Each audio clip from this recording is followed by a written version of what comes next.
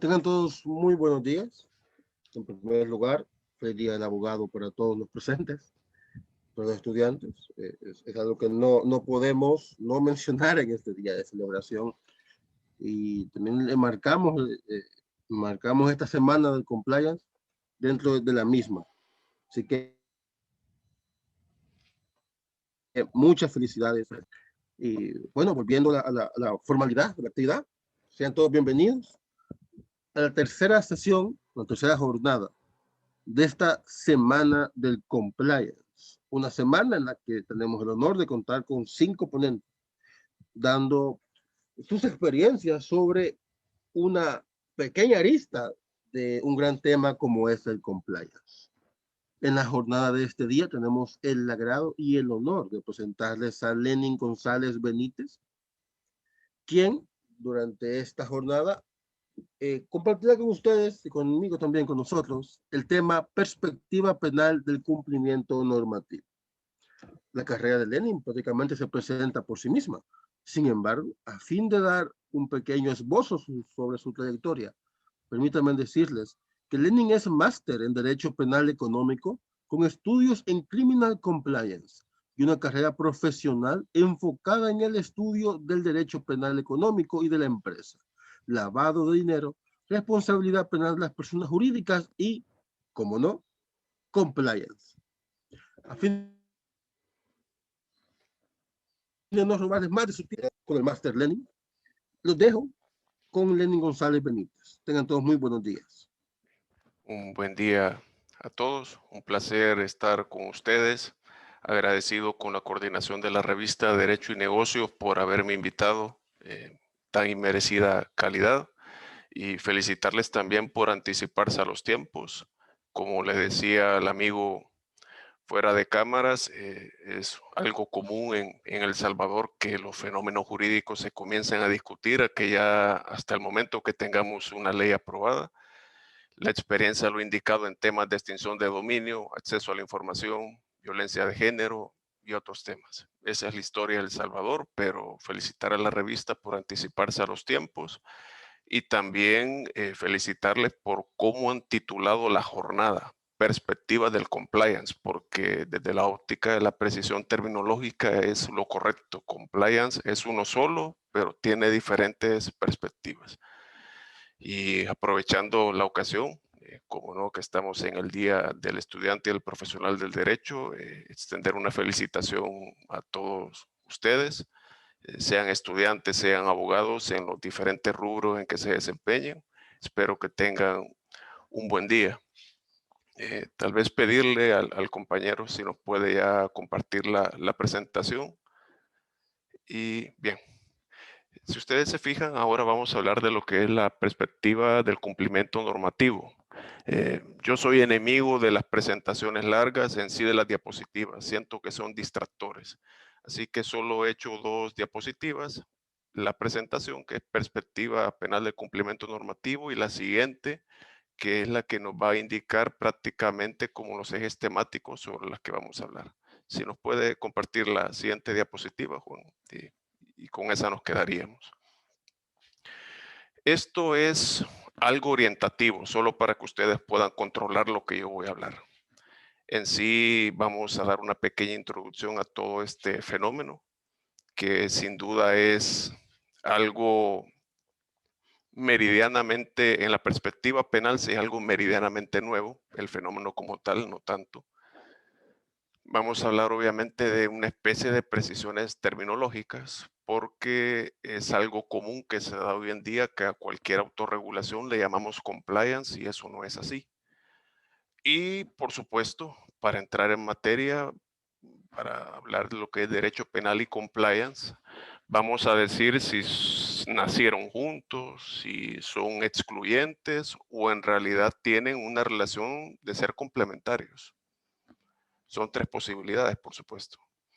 Y vamos a hablar, sin ánimos de adelantar nada, si es que tienen alguna relación, cuáles serían las perspectivas penales del compliance.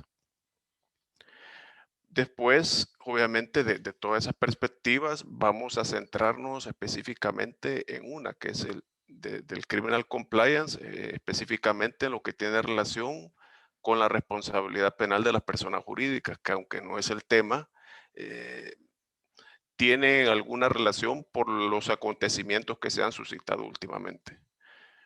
Y por supuesto, como no podía ser de otra manera en este tipo de eventos, los retos que se vienen para el abogado penalista, porque muchas veces, y aprovechando que estamos en el Día del Profesional del Derecho, muchas veces no nos damos cuenta de la magnitud de la profesión a la que nos dedicamos.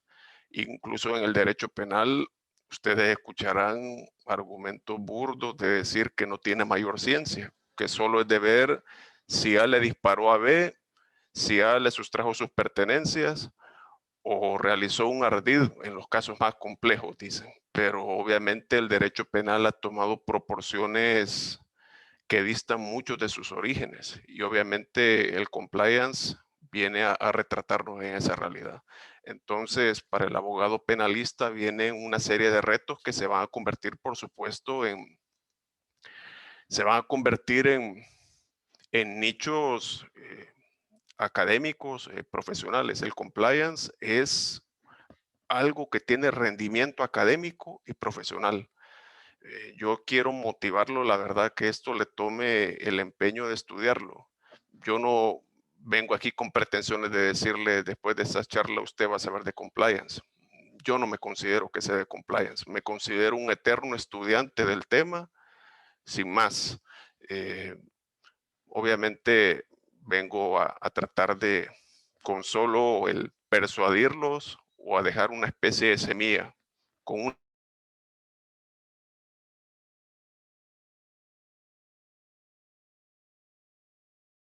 charla, después vamos a formular unas conclusiones. Yo he puesto al final las preguntas, pero puedo decirles, en realidad, como usted quiera sentirse cómodo, usted puede estar sin la cámara, puede poner la cámara, puede poner su foto, como quiera. Lo importante es que estén cómodos. En sí, puede hacer también las preguntas cuando usted quiera. Yo no estoy ceñido a que me las hagan al final. Si usted cree que hay algo que no se está comprendiendo, me dice, por favor, padre, explíquelo de nuevo. No tengo ningún problema. Como le repito, esto es nada más algo ilustrativo. Ilustrativo nada más como para que ustedes me puedan controlar en lo que voy a hablar, porque esto es algo temático, yo me voy a pasar a otros temas sin duda.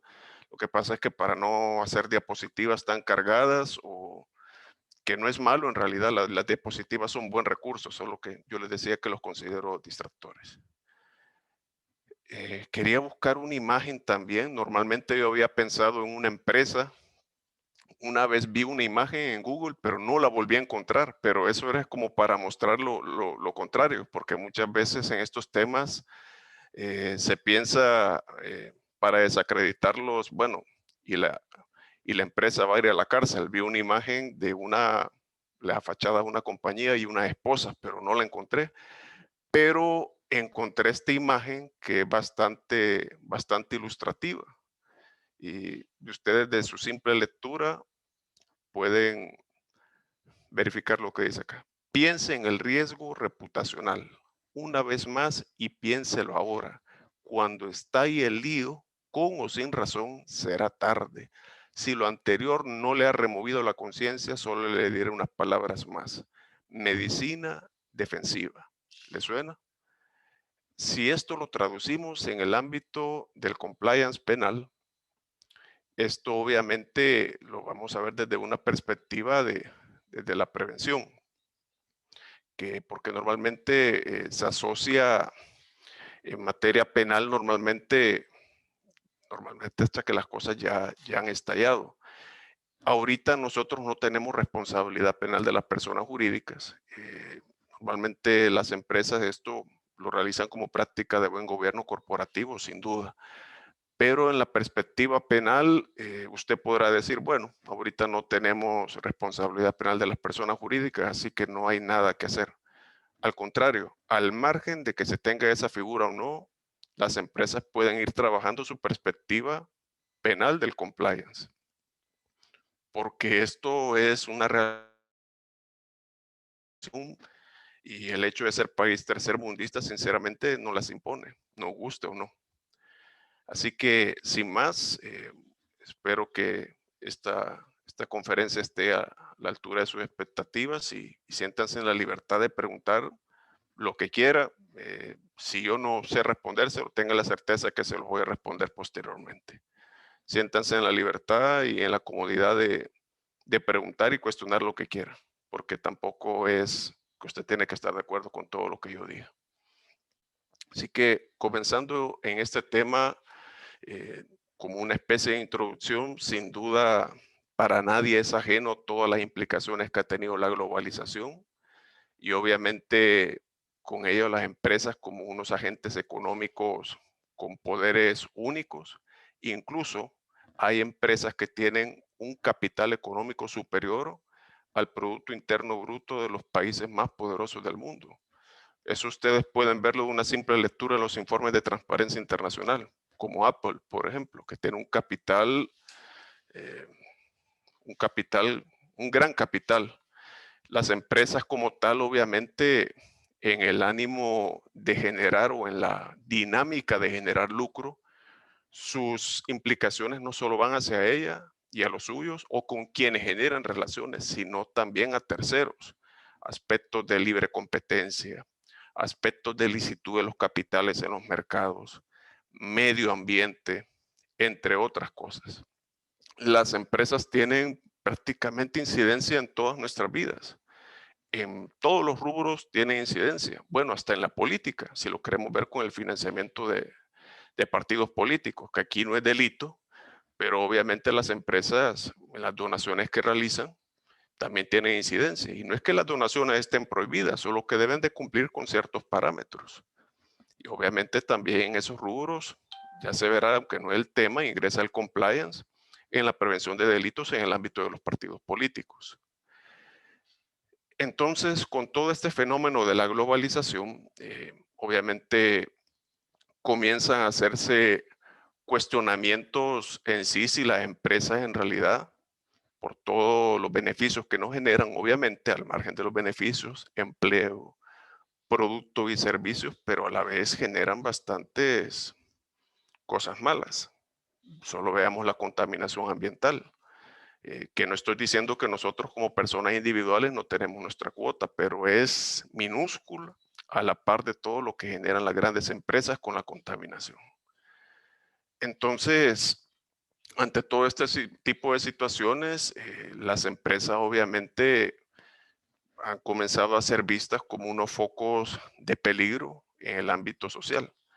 Y el tema de si hacerla o no responsable a nivel penal, no es que solo esa sea la alternativa, puede ser a nivel administrativo, a nivel civil, mientras sean sanciones disuasorias, proporcionales y efectivas. La respuesta no tiene por qué ser penal. Entonces, en este ámbito de la globalización, el Estado debe intervenir, pero ¿cuál es la realidad de las empresas? Y el Estado no puede soslayar esa realidad. ¿Cuál es la realidad de las empresas? Tienen una dispersión de competencia, tienen infraestructuras jurídicas complejas, tienen un organigrama complejo de decir, es decir, ustedes solo ven la escritura pública, que solo aparece nada más quiénes son los propietarios, quiénes son los administradores y ya, pero es un organigrama con una serie de delegaciones que muchas veces el Estado ni siquiera a través de los organismos que están para fiscalizar a las empresas tiene conocimiento. Y ahora bien, tener conocimiento de eso exige recursos, muchos recursos, que obviamente el Estado no llega a todos lados. En ese contexto, obviamente, como una estrategia de política criminal, se ha optado por lo que se llama una autorregulación regulada. ¿Qué significa eso? Que las empresas deben organizarse para que sus actividades no generen ningún tipo de perjuicio. Eso, organizarse. Pero el Estado le va a fijar esos cánones de autorregulación. Le dice, empresa, regúlese como usted quiera, bajo estos parámetros. Y ya. Esa es la opción a través de la cual el Estado ha pretendido llegar hasta los ámbitos de la empresa donde no es posible llegar, donde se toman las decisiones. Eso es el panorama donde ha tenido incidencia el compliance. Si ustedes se fijan, no estoy hablando ni siquiera de responsabilidades penales todavía. Estoy en una cuestión genérica de compliance como tal. Ahora bien, ustedes ya vieron que hablé de autorregulación regulada y ustedes dirán, ¿y eso qué tiene que ver? Eso es lo que viene en el siguiente punto, en el marco conceptual y precisiones terminológicas. En un ámbito netamente regulatorio, nosotros podemos hablar de diferentes estrategias regulatorias. Podemos clasificarlas en tres. Obviamente, cada una de estas tiene sus clasificaciones, que no es el caso abordarlas a la saciedad. Pero podemos hablar de tres: heterorregulación, autorregulación, autorregulación regulada. Tres. Tomen en cuenta estos tres parámetros. Heterorregulación jurídica es cuando el Estado nos regula las conductas. El ejemplo más clásico, los delitos que están en el Código Penal. Eso es un ejemplo de heterorregulación. El Estado regula. A nivel administrativo, el régimen de prevención de lavado de dinero para los sujetos obligados. Eso es heterorregulación. Uno diferente a nosotros nos dice qué hacer y qué no hacer. Eso es heterorregulación jurídica. Autorregulación es cuando yo adopto mis propios cánones de conducta. El ejemplo más clásico lo podemos ver a nivel de los ámbitos de las políticas de regalos en el ámbito del soborno internacional, en el combate a la corrupción transnacional. Por ejemplo, una empresa puede decir, bueno, los ejecutivos de mi compañía solo van a poder recibir regalos que no pasen de tal precio. O la política de mi empresa para dar regalos solo va a tener una connotación comercial para promocionar la compañía. Obviamente puede ser un lapicero que lleve el logo de mi compañía, puede ser una invitación a una persona, a un restaurante, pero que sea un restaurante el precio de lo normal, y eso obviamente lo va a fijar la propia empresa.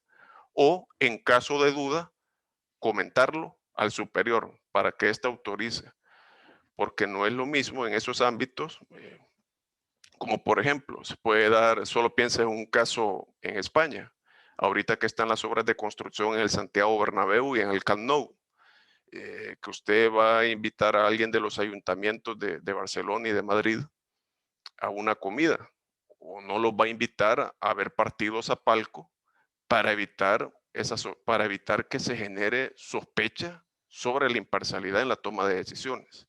Entonces, aunque no haya regulación de eso en algunos temas, la empresa puede autorregularse como tal. Eso es la autorregulación pura, autorregulación pura.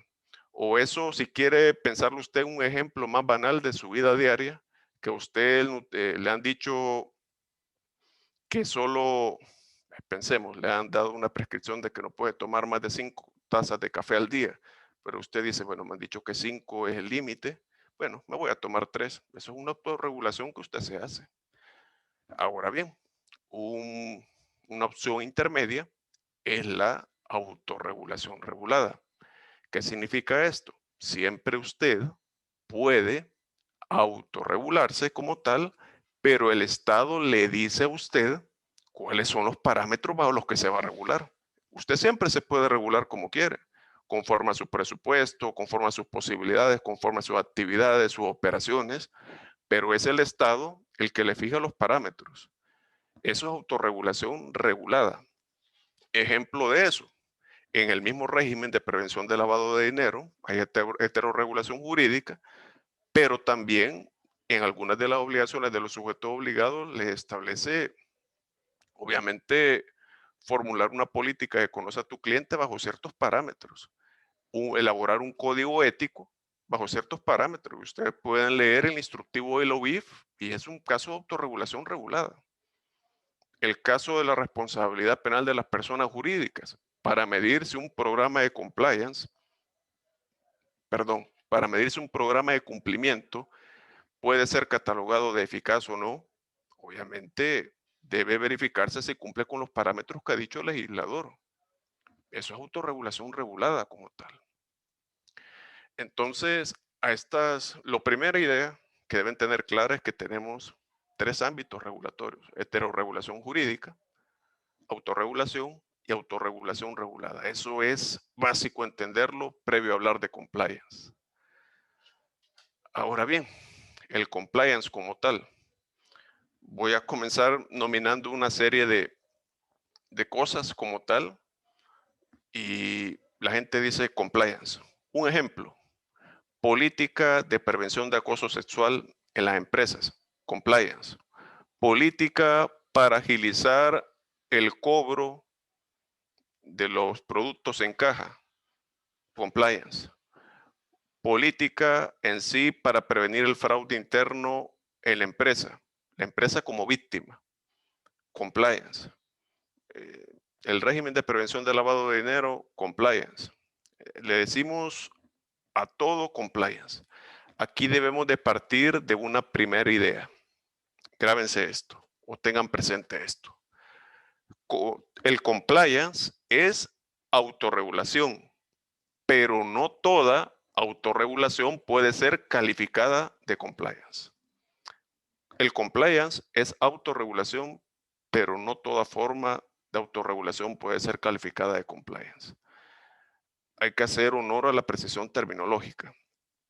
¿Y cuál es el parámetro para decir si estamos en el ámbito de una autorregulación que pueda ser compliance o no? Es, obviamente, se lo voy a decir antes de hablar de una definición, es el prevenir y detectar incumplimientos a las reglas que puedan generar hechos por parte de la propia empresa, no en perjuicio de la empresa ni de terceros. Eso puede ser autorregulación, más no compliance. Entonces, cuando hablamos de compliance, obviamente definiciones podremos dar varias, porque hay para los gustos. Hay algunos que discrepan en aspectos muy en sí secundarios, pero a grosso modo por compliance podemos hablar como una especie de mecanismos internos que utiliza la empresa en aras de garantizar que se cumpla con la normativa. Obviamente el término compliance viene de cumplimiento, pero no solo de cumplimiento de la ley, sino también de la propia normativa ética de la empresa, no solo lo legal, también lo ético. Entonces, es el conjunto de mecanismos internos que garantizan el cumplimiento de la normativa que vincula a la empresa. Entre paréntesis le pueden poner ustedes legal y ética, en aras de prevenir y detectar lo que son los riesgos de incumplimiento a la normativa que lo vincula y reaccionar ante los incumplimientos, obviamente de esa normativa, de los riesgos que puede generar la propia empresa con su actividad. Si se fijan, no hablamos ni siquiera de derecho penal. Estos obviamente pueden ser riesgos de incumplimiento en materia de competencia, materia de género, materia de medio ambiente, en materia anticorrupción, en materia de prevención de lavado de dinero y por supuesto los penales. ¿Qué nos va a determinar esto? La naturaleza de los riesgos a prevenir, a detectar y reaccionar. Eso es compliance. Los riesgos de incumplimiento en los que puede incurrir la propia empresa y que puede generar con su actividad. No así los que puede generarse en perjuicio de la propia empresa o contra terceros. Con unos ejemplos creo que la matización va a quedar más que clara. Lo primero en sí, hablemos, y aquí obviamente sí voy a hablar de una cuestión que me sirve, en una cuestión también que tiene incidencia en criminología corporativa, pero también en las nociones básicas de derecho penal económico. Cuando hablamos de derecho penal económico o delitos de empresa o delitos en la empresa. Esto es básico, no es una mera consideración doctrinaria abstracta, sino que tiene mucho sentido. Y precisamente por no darle sentido a esta consideración es que se incurren en un montón de imprecisiones. Lo primero, hagámoslo más genérico, hechos en la empresa y hechos de empresa. Por ejemplo, si en una empresa dos compañeros se pelean y uno mata al otro, es un hecho en la empresa. Si un compañero acosa a otra persona, pongámosle nombre y apellido, un hombre acosa a una mujer, es un hecho en la empresa. Ahora, que la empresa en su actividad como sujeto obligado no siga el parámetro de lavado de dinero, su infraestructura está siendo utilizada para generar un delito de lavado de dinero. Hecho de empresa. Esa es la diferencia. Otro ejemplo, que un empleado esté sustrayendo de la caja de la empresa todos los días $10. Eso es un hecho en la empresa, pero la empresa como víctima. Entonces, en el ejemplo del cajero, en el ejemplo del acoso, en el ejemplo del homicidio en la empresa, son hechos de empresa. Que si hay políticas para evitar esto, pueden ser del ámbito de la autorregulación, más no del compliance. En cambio, el tema de prevención de lavado de dinero, por gestionar su propia infraestructura para evitar que genere delitos de lavado de dinero, sin duda que eso es compliance, porque evita que se incumpla esa normativa para evitar que su infraestructura sea utilizada para lavar dinero. Eso es clave entenderlo. Ya con eso, que ya tenemos, espero que tengamos claro que el compliance es una autorregulación, pero que no toda autorregulación es compliance. Obviamente ya estamos en condiciones para seguir hablando de otros temas. En esto del compliance, obviamente, se habla, siento yo que mucho tabú, se formulan diversas falacias. Es más, el siguiente punto del que vamos a hablar, de la relación derecho penal y compliance, es donde más se arraigan todo ese conjunto de falacias. Se hablan muchas cosas y se ha dicho que el compliance surgió con el derecho penal, que surgió con la responsabilidad penal de las personas jurídicas para enriquecer a un grupo de abogados. Se han dicho tantas cosas en realidad. Obviamente el compliance no es un fenómeno de lo más nuevo, pero la relación de compliance y derecho penal no es ese romance que les han vendido de toda la vida. Esto, si quisieran ustedes hacer una analogía, es como cuando dicen que dos personas andan solo por lo que la gente dice. Lo mismo pasa entre el derecho penal y el compliance. Les han formulado un romance que no existe, por lo menos recientemente. Entonces, eso es lo que ha pasado acá. Si nos queremos, bueno, para hablar de este tema, tendríamos que obviamente revisar muchos antecedentes, los inmediatos, no los más, obviamente, alejados. La responsabilidad penal, obviamente, surgió a través de una sentencia en Estados Unidos, allá por el año 1909, a nivel de tribunal, Tribunal Supremo, con la sentencia Hudson Wright versus Nueva York, si no me equivoco. Eso a nivel de Tribunal Supremo. Entiendo yo que a nivel de sedes judiciales inferiores habían pronunciamientos, pero a nivel de Tribunal Supremo, 1909, no se hablaba ni por cerca de compliance, ni por cerca. El compliance como tal, obviamente, y de eso en la literatura ustedes van a encontrar información dispersa también. En los años 50, 60, se comienzan a formular las primeras nociones de compliance en el ámbito de protección de la competencia para evitar prácticas anticompetitivas de algunas empresas del sector eléctrico en los Estados Unidos. Y obviamente las empresas debían tener sus regulaciones. También se hablaba cerca de esa época en el ámbito de la protección del mercado de valores. con el tema de la información privilegiada. El tema de las empresas también que fabricaban armamento militar, los años 80, y también se le ha relacionado en el ámbito anticorrupción, en el ámbito de medio ambiente. Es más, siempre se seguía responsabilizando penalmente a las personas jurídicas, pero el compliance, las regulaciones que había en ese momento ni las tomaban en cuenta en lo más mínimo.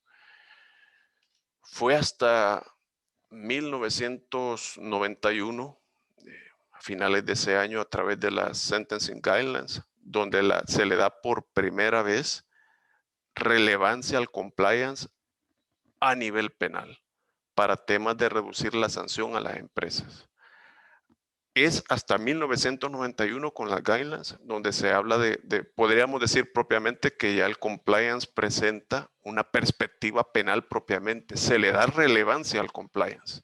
Se dan cuenta que no es tan cierto que surgió con la responsabilidad penal de las personas jurídicas. No, son 82 años de diferencia con la sentencia del Tribunal Supremo de Estados Unidos, pero la gente sigue diciendo que surgió con la responsabilidad penal de las personas jurídicas.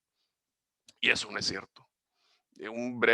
Solo una cuestión de recorrido histórico. Usted vota ese argumento de lo más sencillo. El compliance no surgió con el derecho penal. Ahora bien, cuestión diferente, y aquí por eso es que les digo, me sirve el ejemplo del romance que dicen por los rumores, es que el compliance se le ha asociado con el derecho penal.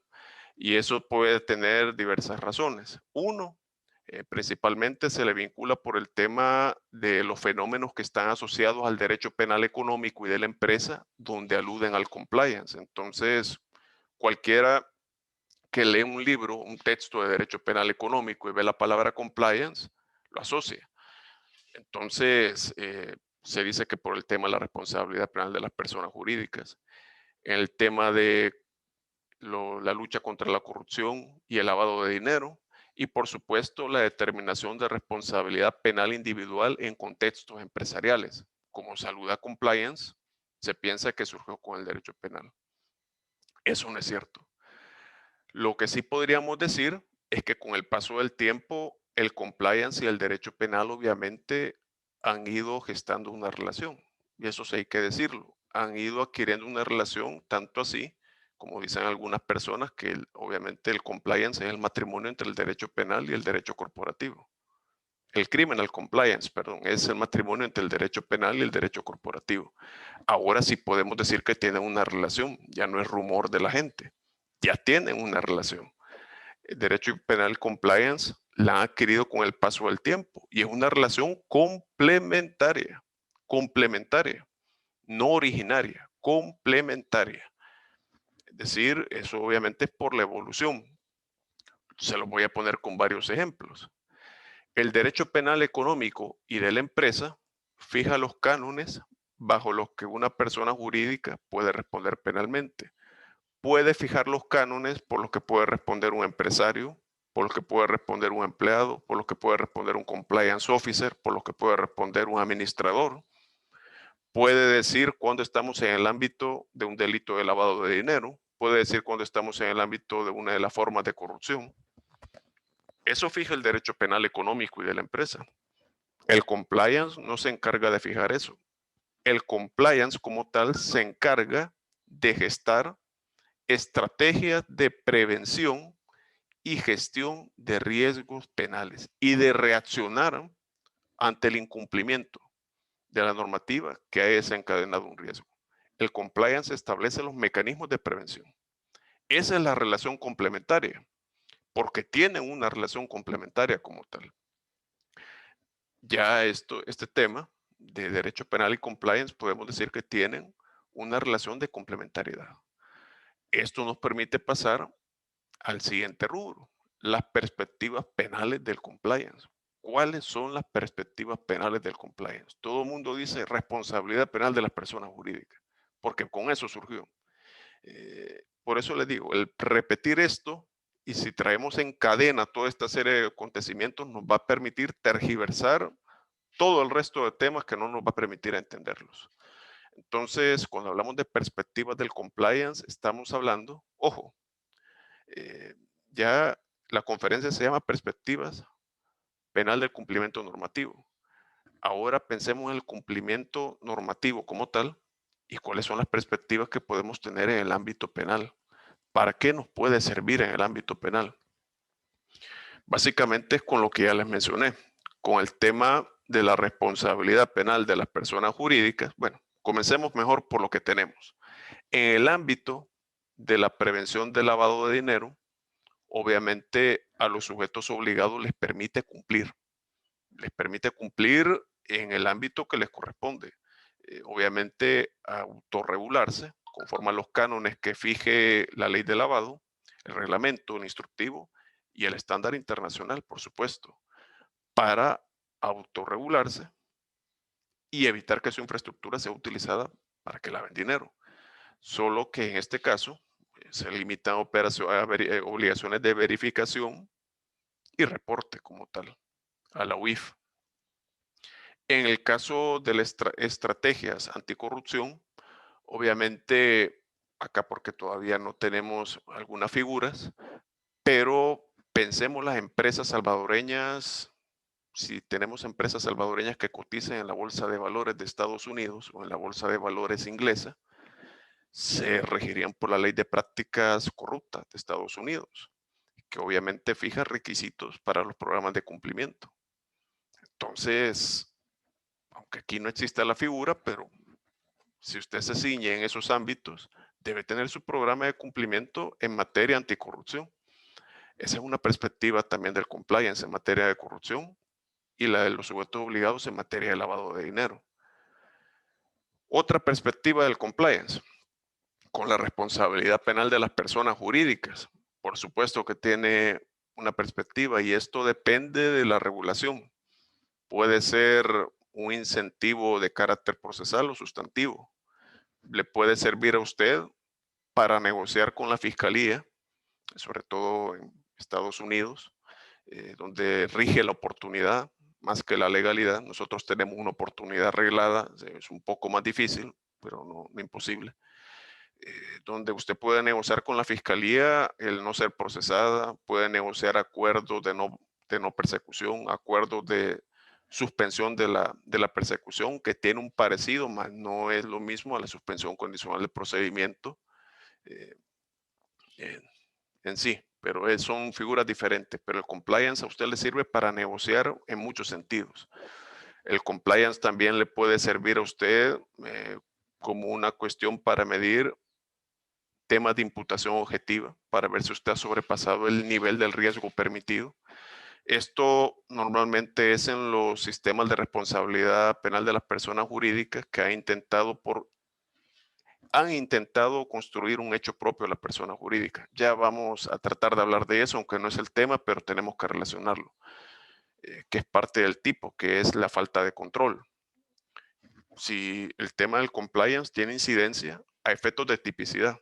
Chile, por ejemplo, y donde, bueno, recientemente, el año pasado, 2 de diciembre, se dio la primera condena al margen de los procedimientos abreviados con el caso Corpesca. La sentencia se compartió hasta, se compartió hasta abril, son casi 4.000 páginas. Y bueno, pero la riqueza de esa sentencia viene en temas de compliance,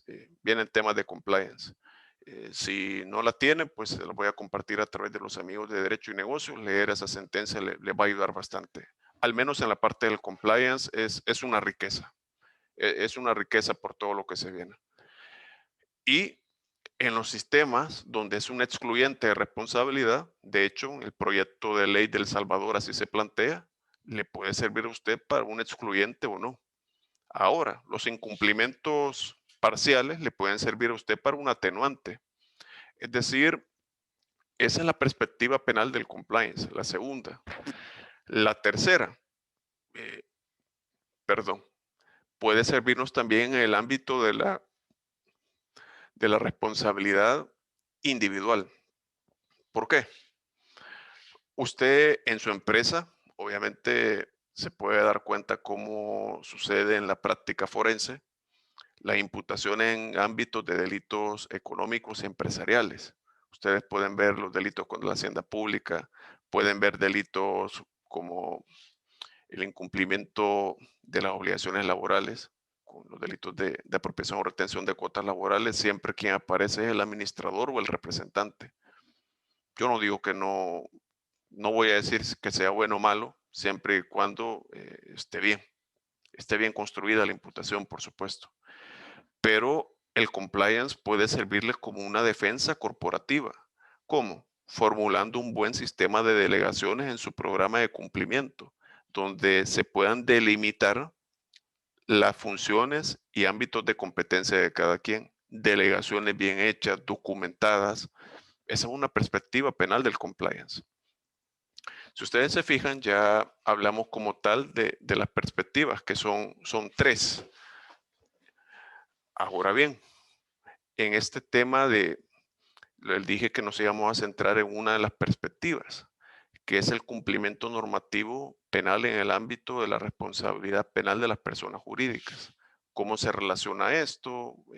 Y todo. Pero previo a eso quiero preguntar si alguien tiene alguna duda o seguimos. ¿Se va entendiendo todo? Me gustaría saberlo también. Pueden hablar sin ningún problema, no tienen por qué poner la cámara, solo pregunto, ¿se va entendiendo o se ha entendido todo? ¿Tienen alguna duda o continuamos? Pero sí me gustaría por lo menos saber si se va entendiendo lo que estamos hablando. Sí, maestro, se entiende. Bueno, pueden detenerme sin ningún compromiso, sin pena, de decir, mire, repita eso. Lo importante de esto es que se entienda. Si bien es cierto, no es una clase, lo importante es que se tenga comprensión de esto y ya. Bien, habíamos dicho, bueno, tal vez, Juan, no sé si si las personas tienen disponible en el chat el proyecto por si quieren hacer alguna pregunta sobre el cumplimiento normativo.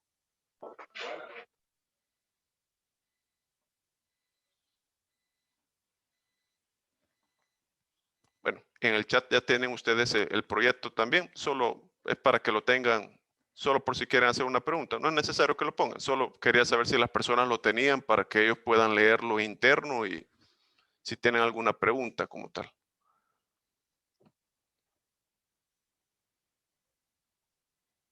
Sí, Solo ahí para, está. solo para confirmar, todos pueden ver el anteproyecto de ley que está en el chat, entonces no lo envío de nuevo sin ningún problema. Lo voy a compartir entonces. Perfecto, perfecto. Sí, Con sí. cualquier problema. Sí, solo lo vamos a compartir.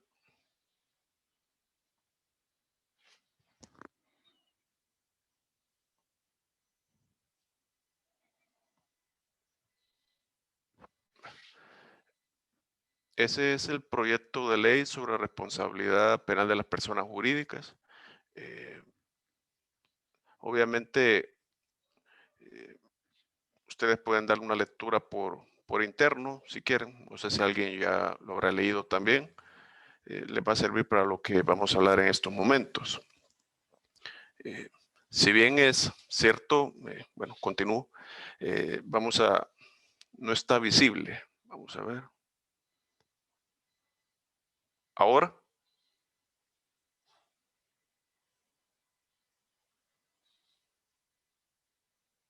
No. A mí sí me... lo que pasa es que un mensaje directo para Derecho y Negocios. Creo que solo usted se lo ha enviado, Juan.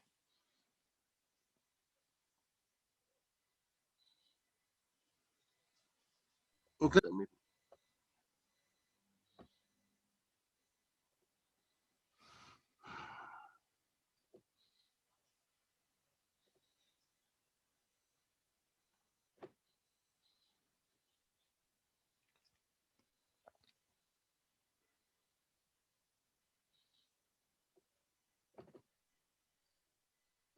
Bien.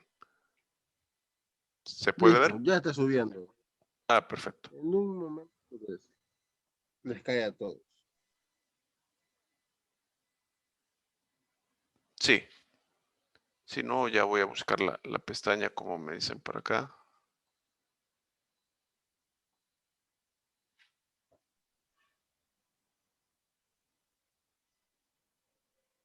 Sí, ya está subiendo, solo que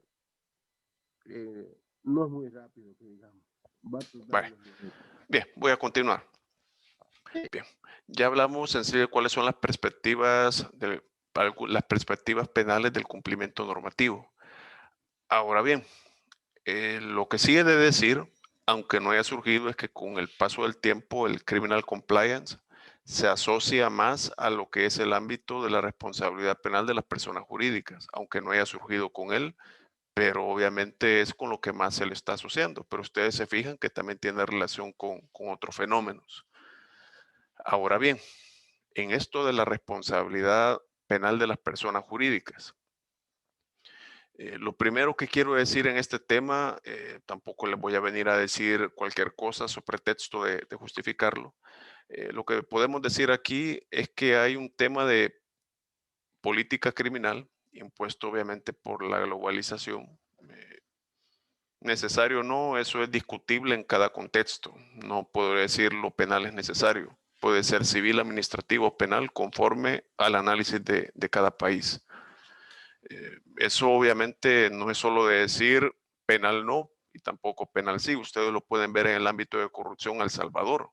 Nos han hecho una observación porque la respuesta que dio el Estado de El Salvador es que el artículo, creo que 435 del Código de Comercio habla de la disolución de empresas, pero son para empresas constituidas con un objeto ilícito.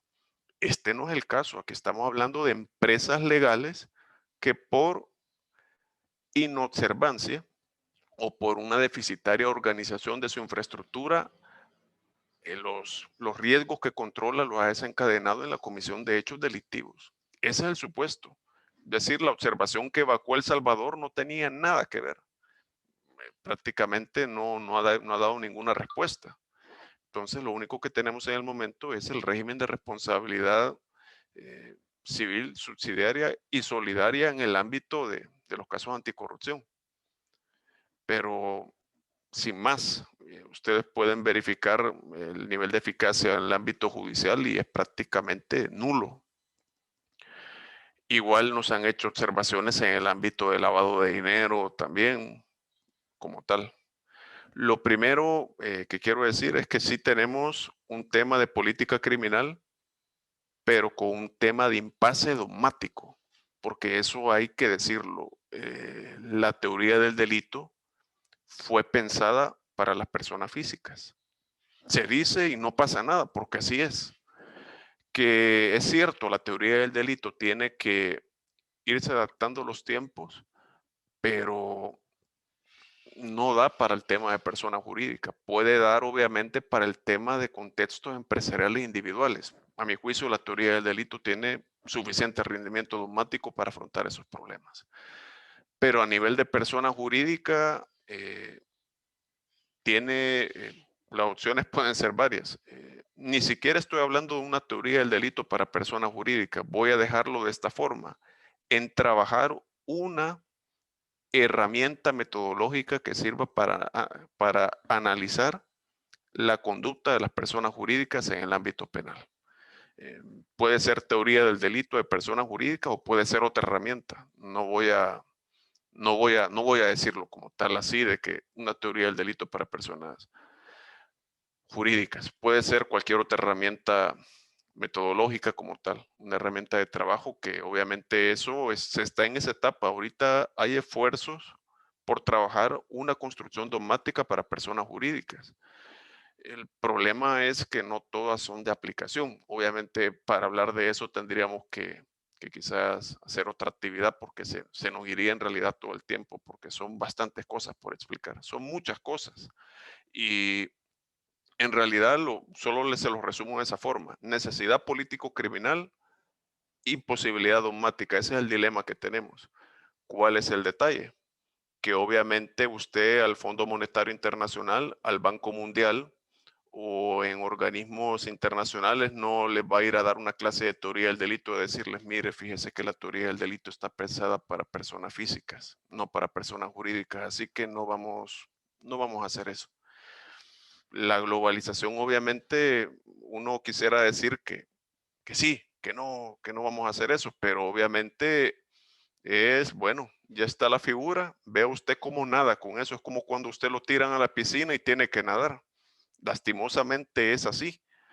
Y obviamente en ningún país del mundo los jueces han dicho, miren, esto no aplica para las personas, ya teniendo la legislación, que con una excepción van a cuestionar eso. No, sencillamente ya está regulado. Ahorita el camino es dotarlo de racionalidad dogmática. Si tuviera que decir cómo estamos ahorita, es en los intentos de racionalizar dogmáticamente la figura con el tema político criminal y con el impasse dogmático. Es que eso no se niega, pero estamos en esa situación. Los trabajos están a esa altura, solo para ponerles un contexto en el que estamos. Ahora bien, ¿cuáles son los dos grandes modelos de responsabilidad penal de las personas jurídicas? Obviamente cada uno de estos tiene sus clasificaciones porque hasta en los partidarios de modelos hay discrepancia. Básicamente son dos: heteroresponsabilidad y autorresponsabilidad. Eso, por el momento nos vamos a quedar con esos dos. Tal vez en otro evento con los amigos de Derecho y Negocios podemos hacer una cuestión, porque si lo hablamos, se nos va la sesión solo en eso. Porque hay construcciones bastante interesantes, como la del profesor Carlos Gómez Jara, que parte de lo que es el ciudadano corporativo, que son construcciones súper interesantes, pero por el momento solo vamos a partir de dos modelos: heteroresponsabilidad y autorresponsabilidad. El modelo de heteroresponsabilidad parte de un hecho que se cometan por parte de las personas físicas que pertenecen a la persona jurídica, siempre que sea en nombre o por cuenta de la persona jurídica y en beneficio directo o indirecto de la misma. Vienen siendo como unos criterios de transferencia. Y el modelo de autorresponsabilidad es el que parte o intenta partir de un hecho propio de la persona jurídica. Intenta construir un propio injusto de la persona jurídica, que normalmente se identifica con la inobservancia de los mecanismos en sí de control, que es el déficit de organización que algunos mencionan.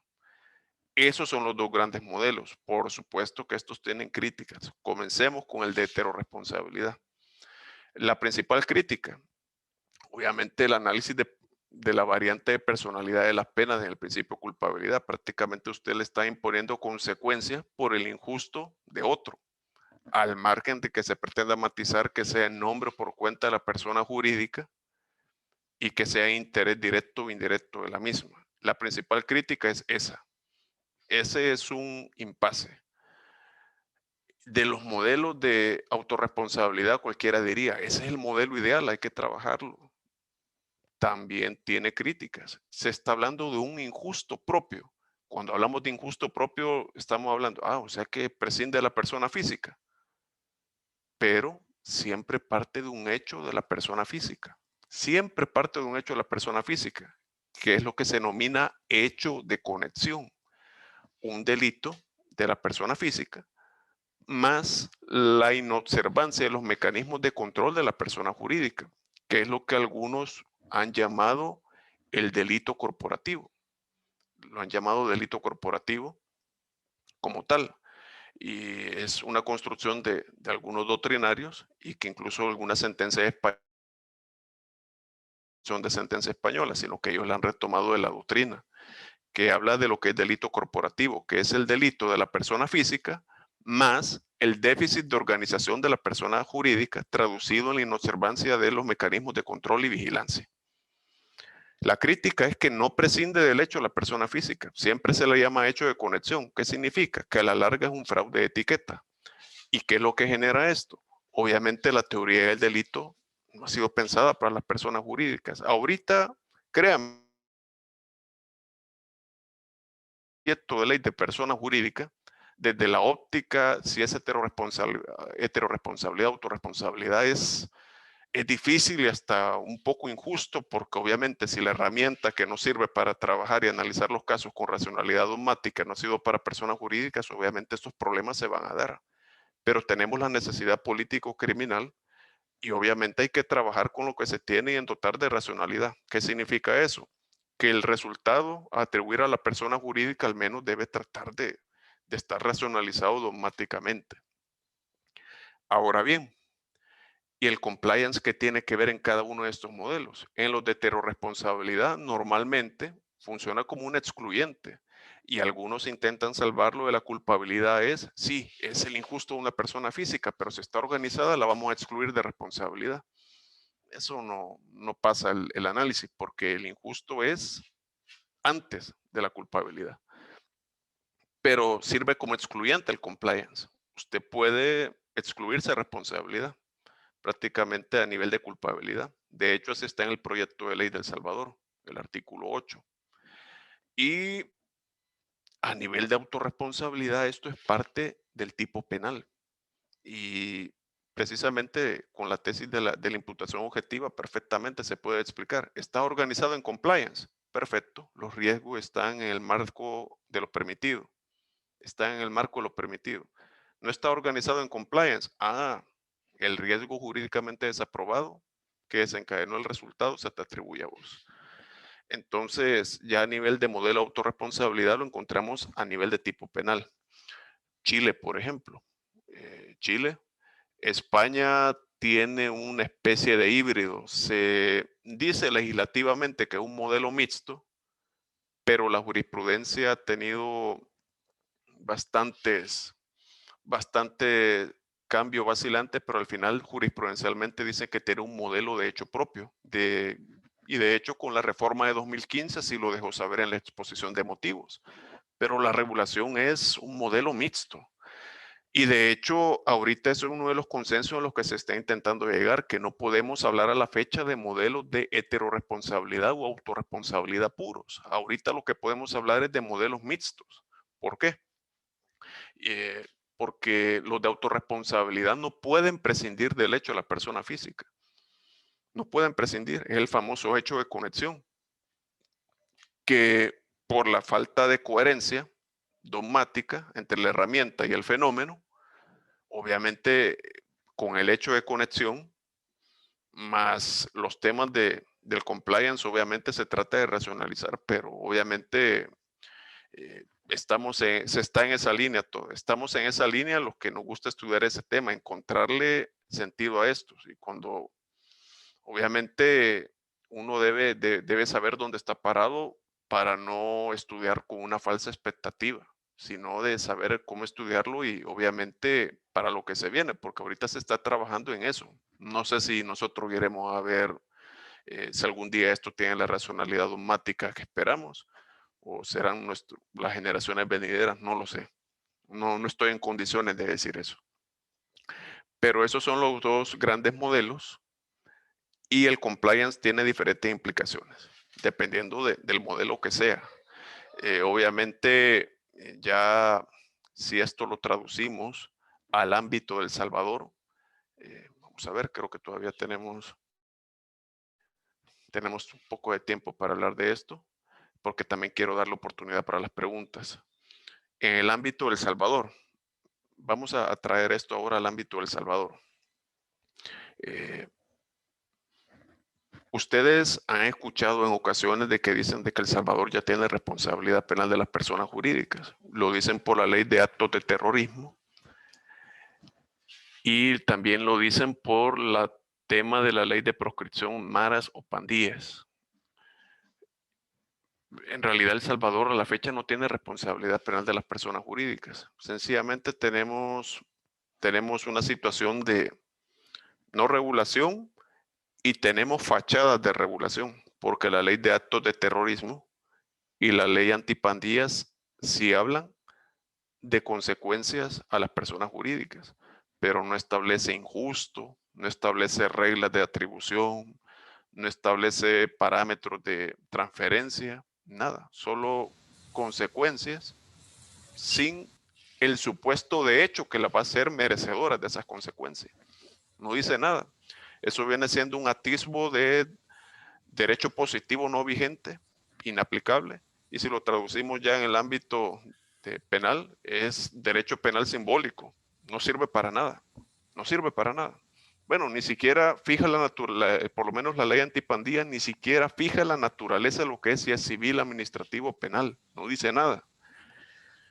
El estándar internacional en temas de crimen organizado, con la Convención de Palermo, en temas de corrupción, con el tema de la Convención de Yucatán, las 40 recomendaciones del GAFI, su nota interpretativa, en el tema de lavado de dinero, obviamente recomienda recomienda u obliga, dependiendo de la fuerza normativa de cada instrumento, el establecer no responsabilidad penal, porque esa es otra falacia que se dice, que el estándar internacional nos obliga a responsabilidad penal. Son pocos los instrumentos que aluden a responsabilidad penal. El estándar internacional habla puede ser sanciones civiles, administrativas o penales. Todo en sí está en función de que sean proporcionales, disuasivas y eficaces. Ya que hablamos de sanciones administrativas, voy a retroceder hasta la falacia de que el derecho penal y el compliance está relacionado. Alemania tiene un régimen administrativo de responsabilidad penal de las personas jurídicas, un régimen de responsabilidad administrativa y tienen compliance. Los alemanes en realidad tienen un buen régimen de derecho administrativo sancionado. Pese que ahorita ya, desde el año pasado, se está discutiendo ya en el Congreso el tema de la responsabilidad penal de las personas jurídicas. Lo están discutiendo, pero tiene un buen régimen sancionador, administrativo sancionador. Es otro argumento para verificar que el compliance y el derecho penal no han estado vinculados. Retomando en lo que estábamos, decíamos que en el diagnóstico legislativo de El Salvador no tenemos regulación, pero sí estamos con recomendaciones y obligaciones a nivel internacional. Nos guste o no, lo vamos a hacer. Con los acontecimientos que se puedan vivir en un estado para hacernos préstamos, ni lo duden que nos van a pedir todo este tipo de situaciones. Recuerdo que acá se decía que extinción de dominio nunca iba a venir. Y al final lo tenemos. El acceso a la información pública no fue bien recibido acá. Lo tenemos. Entonces, esto así funciona. Y seguramente nos van a pedir de este tipo de cosas. Bueno, lo veo de esa forma y obviamente como este tipo de fenómenos uno los tiene que ver en clave global. Ya no podemos ver esto en clave local, sino global. Ahora bien, en El Salvador no tenemos regulación. Sin embargo, el 9 de diciembre de 2018, la extinta Secretaría de Participación Ciudadana, Transparencia y Anticorrupción trabajó una propuesta con una mesa de expertos gubernamentales bajo la coordinación de Naciones Unidas y un consultor colombiano llamado Carlos Jaramillo, y trabajaron una propuesta regulatoria, que es la que ustedes tienen, que es Ley sobre Responsabilidad Penal de las Personas Jurídicas por la Comisión del Delito. El nombre muy feo a mi juicio. Entonces, esa es la propuesta regulatoria que está.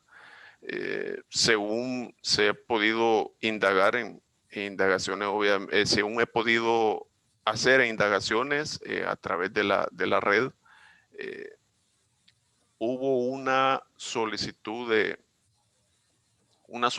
opinión a nivel de la Superintendencia de Competencia de enero 2019. Desde esa fecha no he encontrado rastro.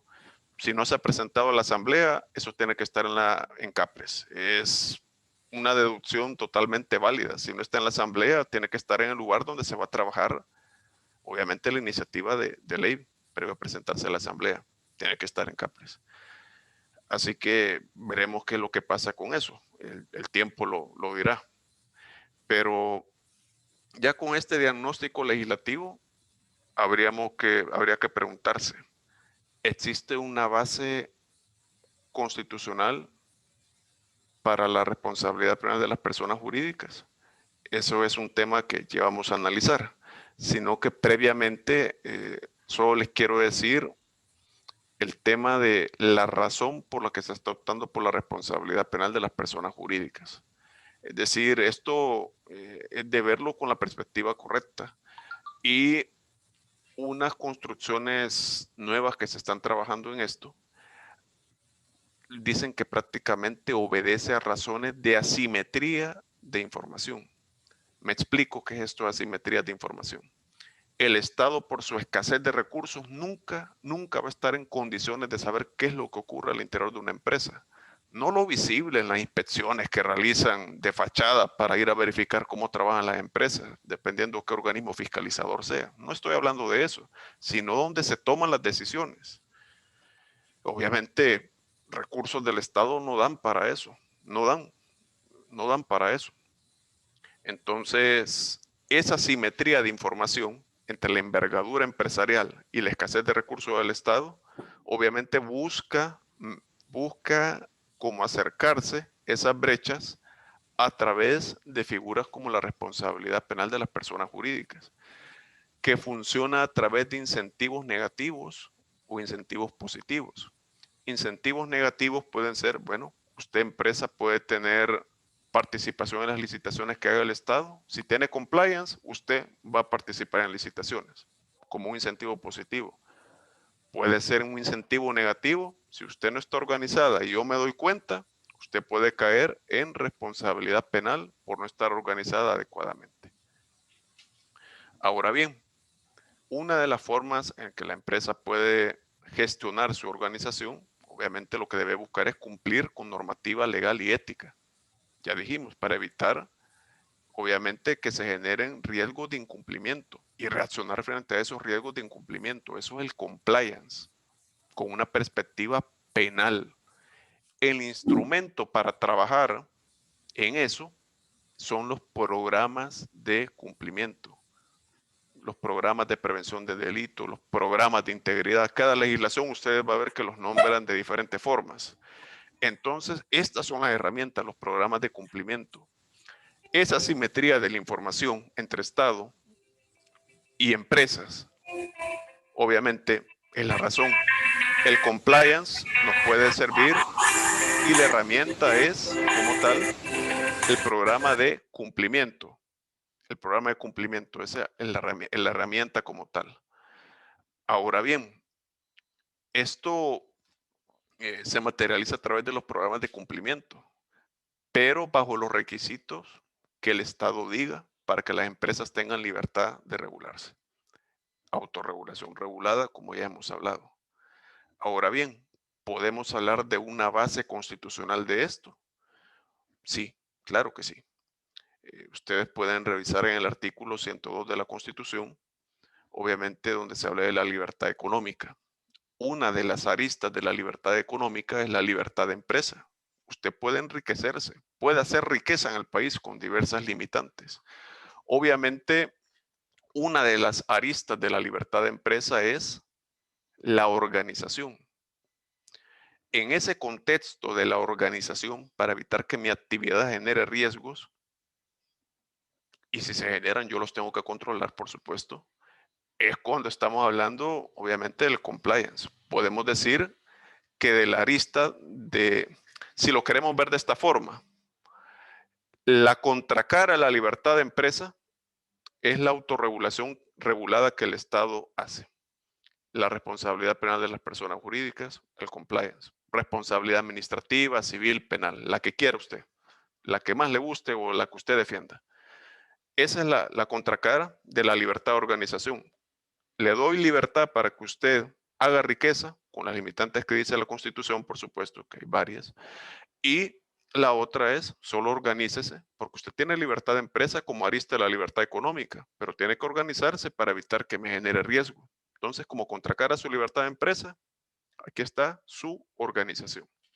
Podemos decir que esa es una base constitucional para hablar de responsabilidad penal de las personas jurídicas e incluso de compliance también, porque el compliance en el país ya existe como práctica de buen gobierno corporativo, o incluso los sujetos obligados en temas de prevención del lavado de dinero, las empresas salvadoreñas que cotizan en bolsa estadounidense e inglesa, ya hacen compliance, con implicaciones penales fuera del país, pero a nivel interno, como práctica de buen gobierno corporativo y en el sector de lavado de dinero, por supuesto que se hace.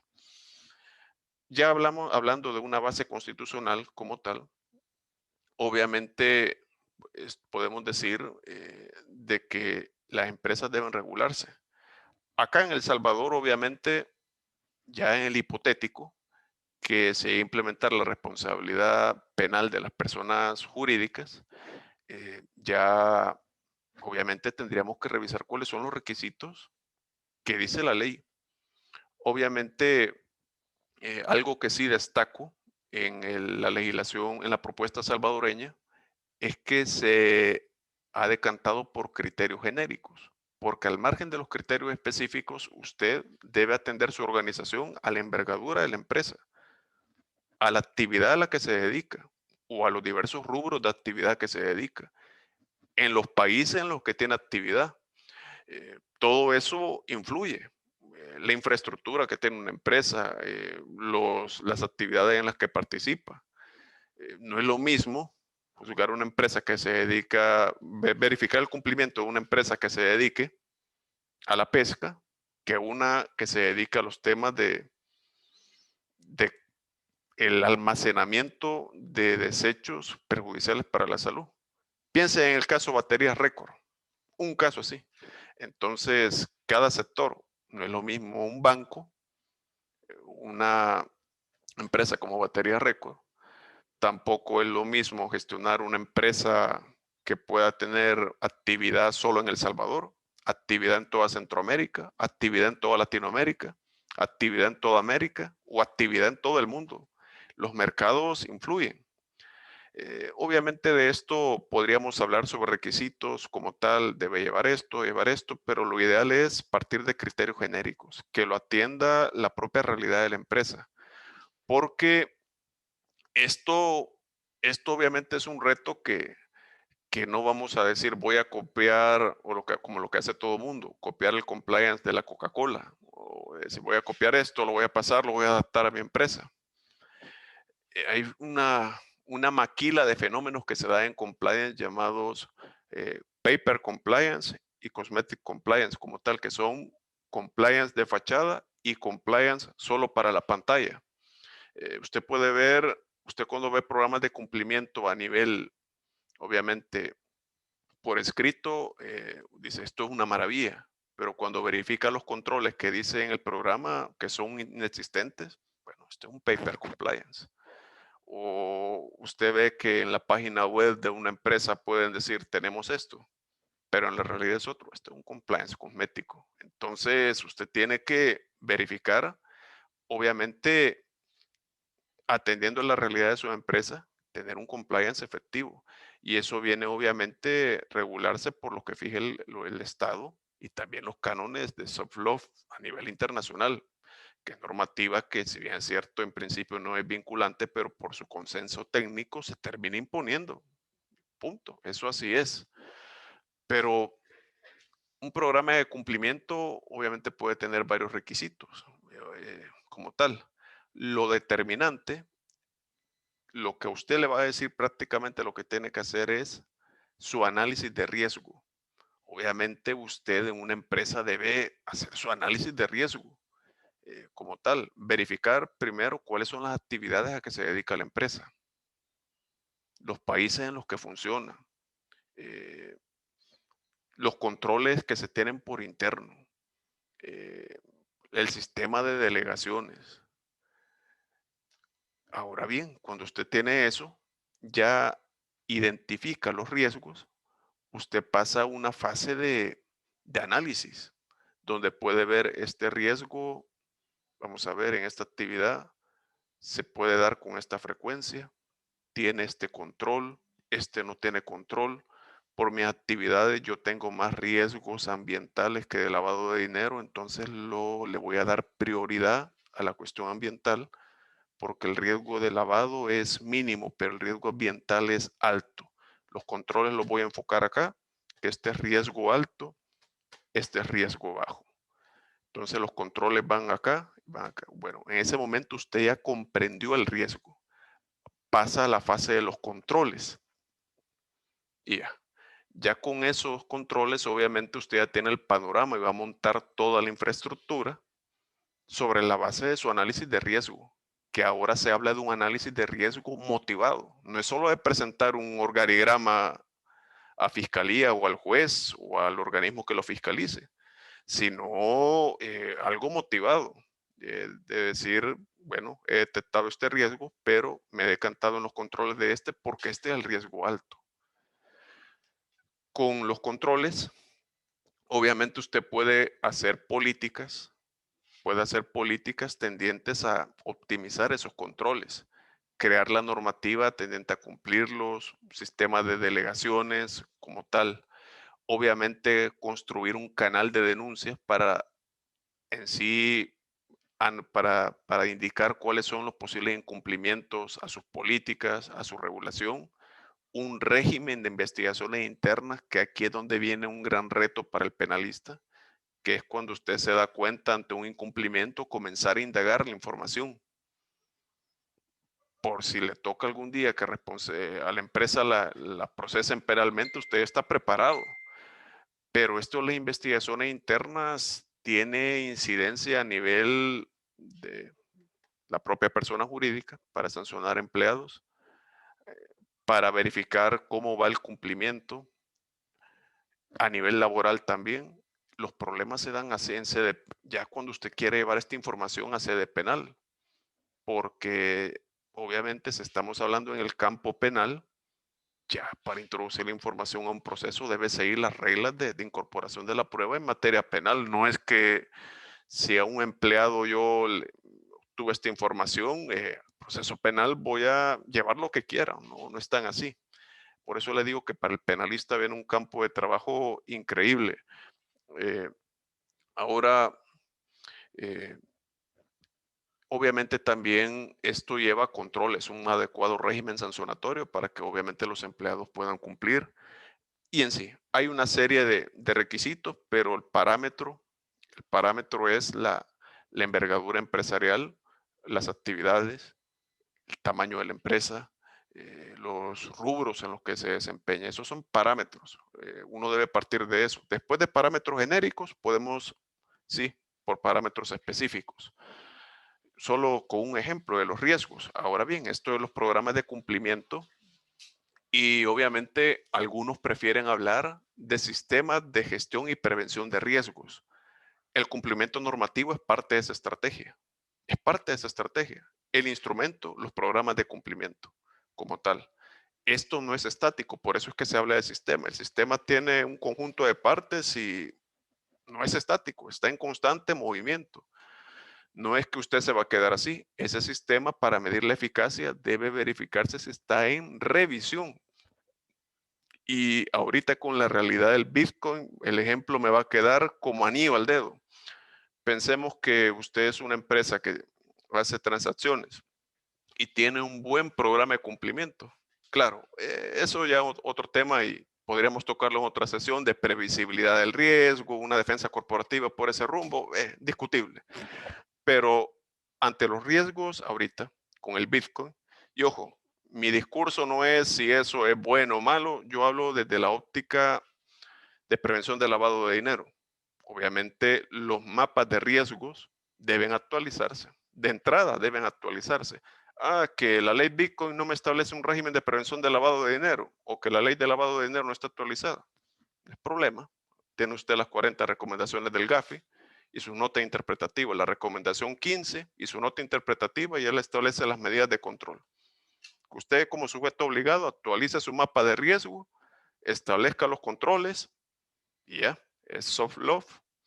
Las empresas que hagan negocios con las empresas salvadoreñas en temas de Bitcoin, va a tomar sus medidas también. Esto es globalización y así funciona.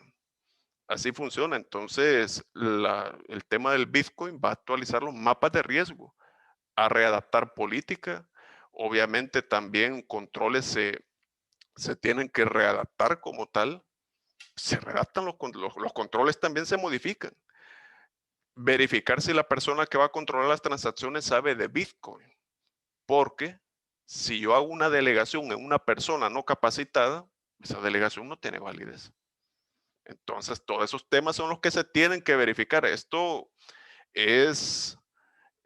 implica muchas cosas, la verdad. Entonces, solo la actualización de un mapa de riesgo le altera toda su estrategia. A nivel de controles, a nivel de políticas. obviamente usted tiene que hacer una actualización de esto. Y eso es así. Ahora bien, el tema del compliance, al margen de que sea eficaz o no, pensemos en incumplimientos parciales. Por lo menos le puede servir como un atenuante. Un atenuante. Es decir, las defensas corporativas usted las puede orientar en diferentes puntos. En los presupuestos de la responsabilidad penal de las personas jurídicas, las puede también hacer a nivel de compliance y a nivel de compliance. Las puede hacer en esos dos niveles en realidad. Ahora, para tratar de dejar, vamos a ver qué tema se me está quedando. Ah, sí, me faltan todavía unos temas. Esto, llevarlo a la perspectiva penal, no es fácil. No es fácil porque obviamente muchas veces se hablan de las certificaciones ISO.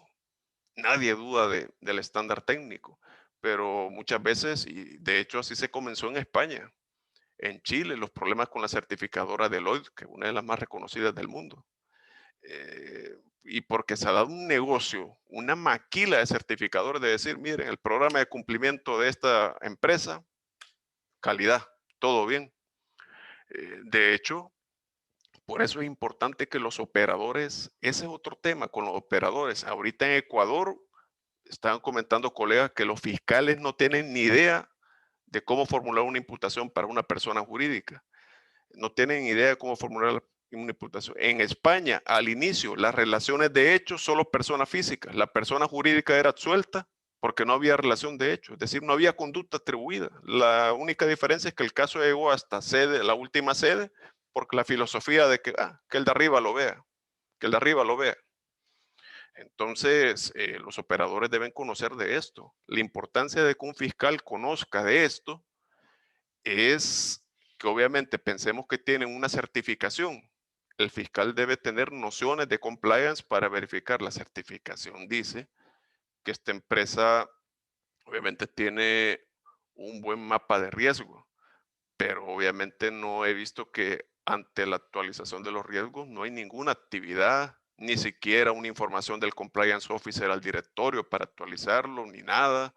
O puede decir como tal, esto es un paper compliance, esto es un compliance cosmético. El fiscal debe estar en posición de poder desacreditar eso, si lo quieren ver de esta forma, así como en los casos de género, la información que dan los imputados, usted la corrobora, con las empresas va a ser lo mismo. Muchas empresas creen que con tener la certificación están salvadas. Las normas ISO, obviamente, si tienen un reconocimiento, pero obviamente para certificar procesos de calidad. Pero en el ámbito penal, donde rige la sana crítica, eso es un atisbo de prueba tasada y no lo podríamos utilizar en sede penal. Nos puede servir como un elemento de juicio. ¿Cómo lo utilizaría yo?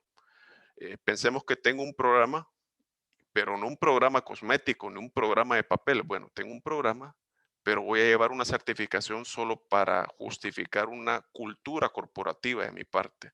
Es decir, miren, yo tengo un buen programa, pero aparte me he certificado. No le estoy diciendo que por mi certificación es que mi programa es eficaz. Mi programa es eficaz porque sí, porque tiene controles, porque no es de fachada, porque no es cosmético, no es para la pantalla en la publicidad, ni nada. Mi programa es eficaz, pero yo presento una certificación como un elemento de juicio para acreditar cultura corporativa, sin más, sin más, sin más. Entonces, en el ámbito penal, obviamente no rige prueba tasada. Usted obviamente, y de hecho el proyecto habla de diversas fases, y eso a mi juicio debería tener incidencia en temas de pena. Una cuestión es que usted tenga su programa, otra es que lo tenga implementado y otra es que sea eficaz. Eso debe tener incidencia, si no, usted no es exonerado, al menos en determinación de la pena sí debe tenerlo. Entonces aquí, esto obviamente, la prueba, yo no quiero ceñirme a nada de decir, esta es la prueba, porque eso de que es la prueba reina, nada, no. Solo rige como tal sana crítica, obviamente por la libertad probatoria y por idoneidad de la prueba, habrá medios que sean más aptos para generar convicción en el proceso judicial. Serán más aptos, sin duda que van a haber medios más idóneos, pero si por razones prácticas no se cuenta con eso, debe intentar construirse por otras vías. El hecho de que no existe un determinado medio de prueba no significa nada. Debe intentarse por prueba indiciaria y todo eso. Un aspecto que es importante también decir es que si se comete un delito por la persona física, no es que la persona jurídica, bueno, tu programa no sirve, entonces no tendría sentido los incentivos tampoco. De hecho, así pasaba antes en Estados Unidos, sino que desde 1991 con las guidelines, ya los programas de cumplimiento ya sí tienen una relevancia para efectos penales. Entonces, no es que si se comete un delito por la persona física, la persona jurídica responde como sea, sino que solo era al margen de que el modelo de compliance haya sido tan bueno, siempre se cometió el delito. ¿Qué significa? Que eludió los controles. El derecho penal no exige conductas heroicas. Como tal, a usted solo se le exige gestionar los riesgos. Ya si se comete un delito, pero usted estaba organizada como persona jurídica, usted no responde. Por eso es importante tratar de montar una buena defensa corporativa y obviamente la acusación también debe partir de este tipo de consideraciones.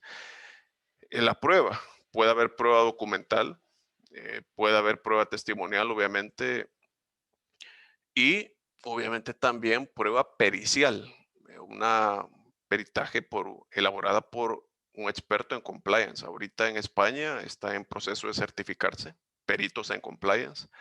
Acá en el país me atrevería a decir que quienes van a tener que tomar la batuta en eso y especializarse son los auditores internos, porque el compliance parte de la metodología de la auditoría interna, con algunos bemoles, pero parte de esa metodología. Entonces, esto es un cambio para todos. Es más, usted como abogado también, y eso lo vive con cualquier perito. Si usted tiene que contrainterrogar a un perito en compliance, debe tener nociones de compliance. O usted como operador del sistema de justicia, también para interpretar como en las malas praxis, peritajes con diferentes conclusiones. Usted los debe interpretar conforme a la lex artis empresarial, que hay vasta información en eso.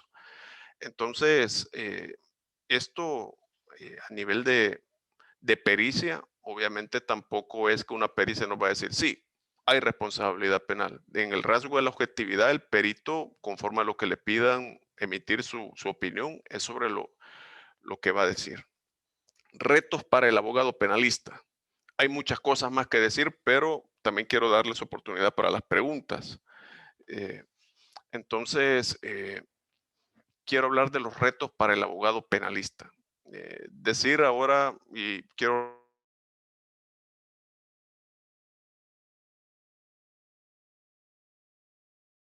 todo nivel, puede tener su compliance,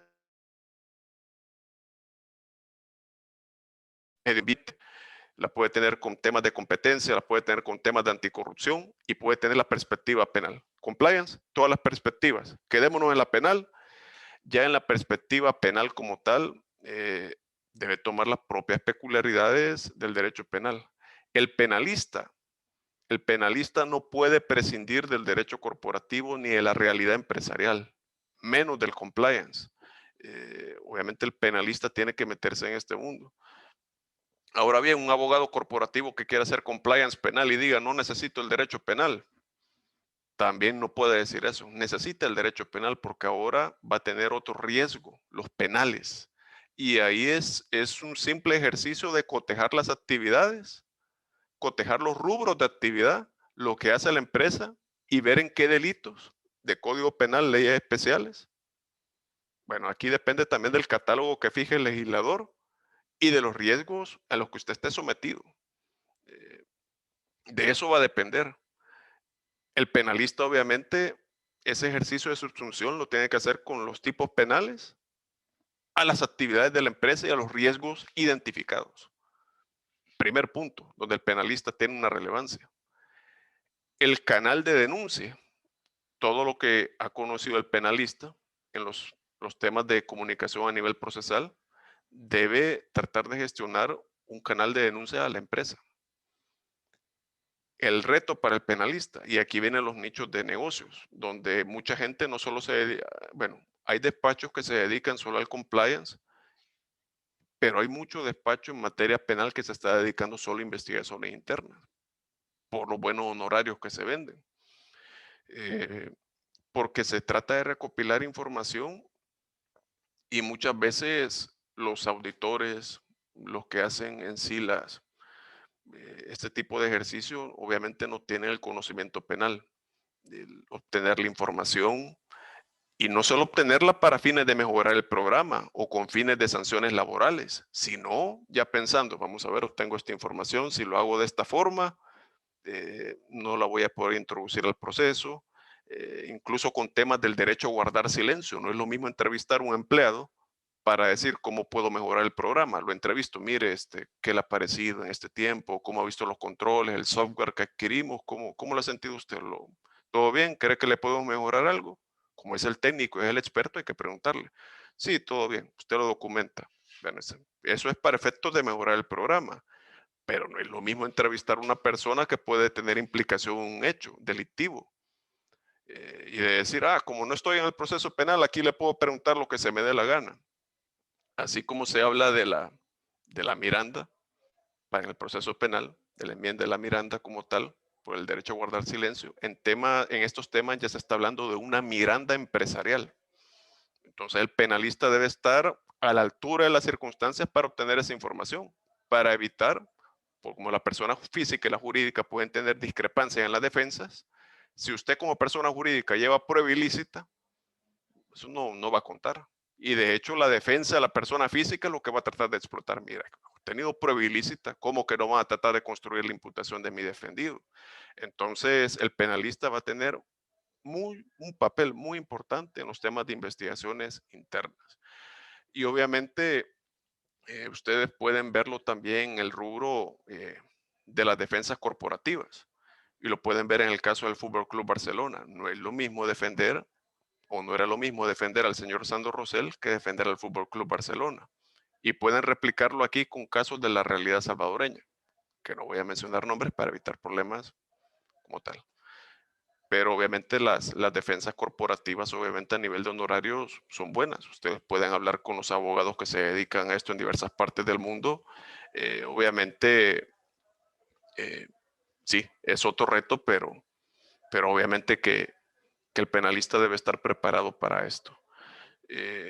Quizá antes de formular las conclusiones les voy a dar un espacio, les voy a dar el espacio para las preguntas, porque si no creo que no van a tener espacio. Así que después de sus preguntas voy a formular las conclusiones. Así que previo a las preguntas, solo dar las gracias. Hay más temas, pero si no, los dejo sin el tiempo de las preguntas. Muchas gracias.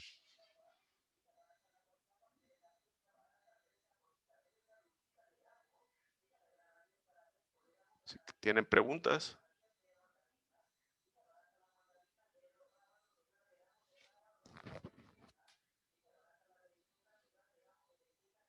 Bueno, voy a leer la del chat. Vamos a ver.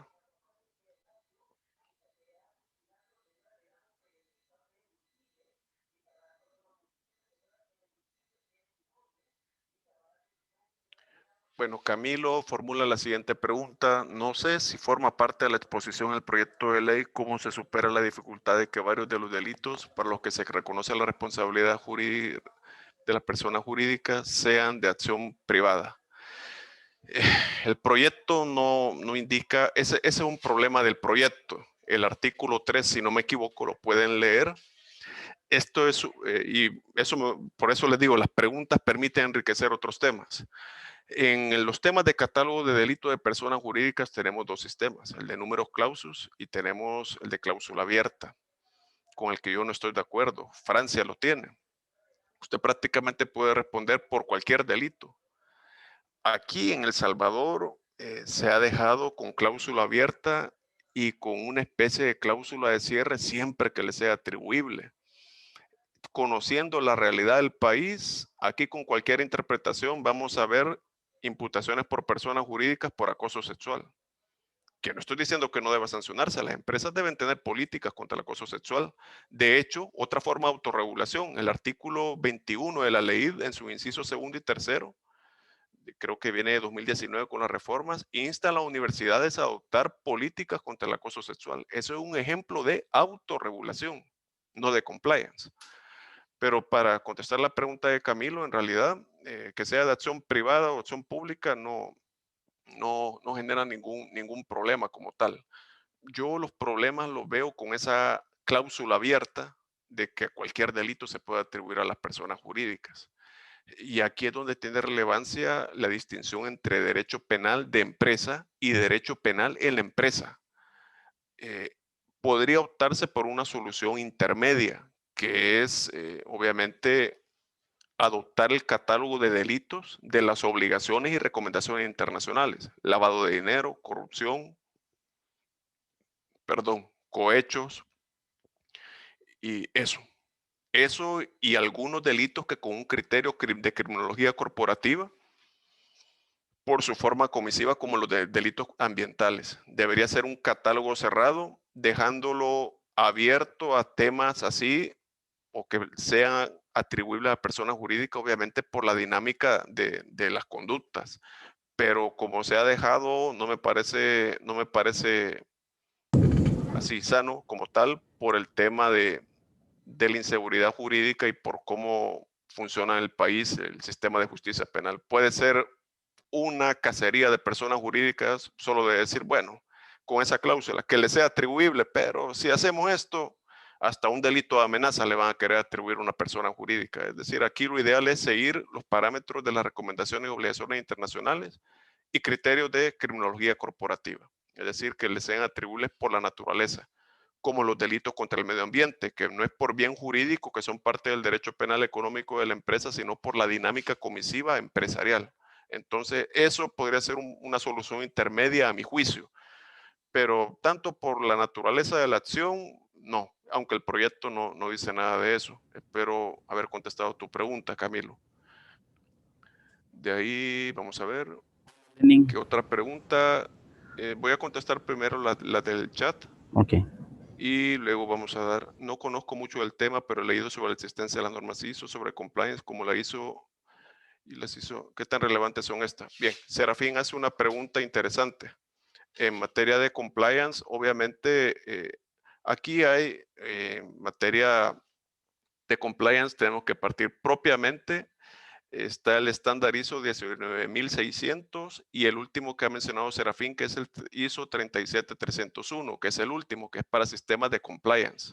Hay otros ISO que habla de temas de corrupción, como las 37001, si no me equivoco, pero en temas de compliance propiamente la 19600 y la 300 y la 37301, que es de reciente incursión.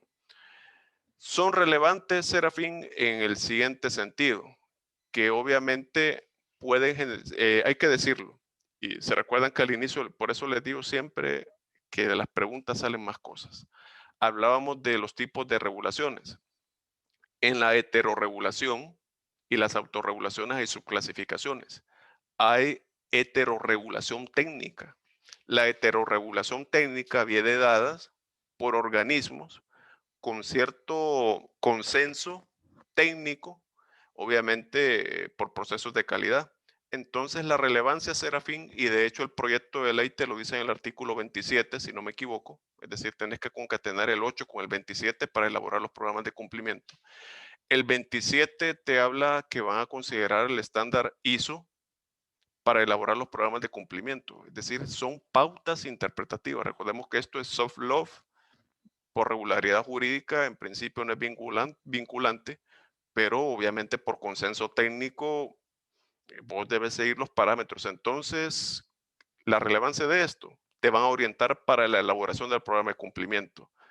Los parámetros que te dice el legislador en el artículo 8, tenés que leerlos y tenés que leer obviamente el estándar ISO para construir tu programa de cumplimiento. Vos puedes decir, pero el legislador no lo pide, pero el ISO me lo dice. Llevo lo que dice el estándar técnico. Así que con esa finalidad, por supuesto que te sirve. Que una certificación de ISO para exonerar de responsabilidad penal, no.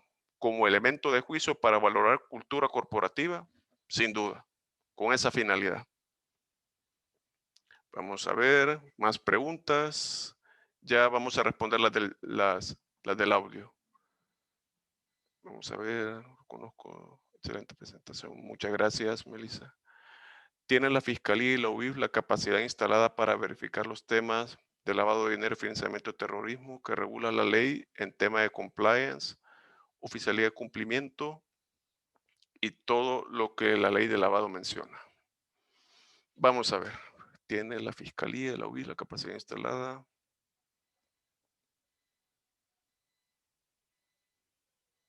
Bien, de hecho, aquí hay que decir algo. La UIF, obviamente en temas de lavado de dinero, es lo más parecido que tenemos al compliance. Eso es un compliance antilavado. Obviamente, y siempre lo voy a repetir y no me voy a cansar, agradezco las preguntas porque me permiten explayarme muchas cosas. Si nosotros tomamos en cuenta cómo ha sido el régimen de prevención de lavado de dinero desde los 70 con Basilea como tal, hasta lo último de las reuniones del GAFI con lo que son, por cierto, temas de criptoactivos. En las reuniones, ya en junio tocó una reunión y se va a revisar lo que se ha hecho, o sea que seguramente tendremos sorpresas de acá hasta junio del otro año. El estándar de lavado de dinero por parte de los sujetos obligados es prácticamente en gestionar el riesgo, prácticamente un compliance. En el tema de la UIF, obviamente ellos, como reciben por parte de los sujetos obligados, lo que son los reportes de operaciones sospechosas. Para lo que es ese estándar, obviamente, ya verificar, para contestar una pregunta, tendría que ver cuál es el diagnóstico que tiene la UIF para verificar su capacidad.